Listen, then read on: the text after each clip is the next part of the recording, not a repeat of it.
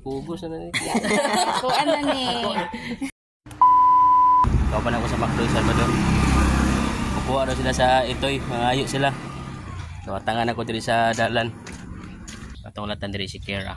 Si Kera Marie. Gikan daw sila kupol. Timing. Karon matan ako yato dito sa El Salvador, sa McDo. Naa naman sila diri sa upol di ay. Nag-chat na lang siya nga manhin na lang daw siya diri. Man siyang bana. Oh, sakto, sige. Siya kadua diri nga ni diri kuha sa itoy. Mura niyo. Gira pa rin. Diri sulod. Diri sulod kay isulod na motor. Kanis kira marino bit na ito yo. Pagkita gini mo puro hawid no. Uban biya Pila na kayo Uban biya utoy. uban ani. Pugos na ni. Kuan na ni. Lagi sige nagakos laki gino. Bye-bye.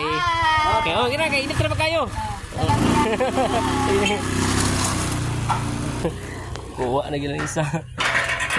Sila gay kadua nga nagandi din. Ang ibaylo pud nga gatas sa tuwa ka buhok. Dagko bisa na tag 300 grams ang isa. 600 na. Ito primero 925 mag 1 kilo po na pura-pura sa gatas.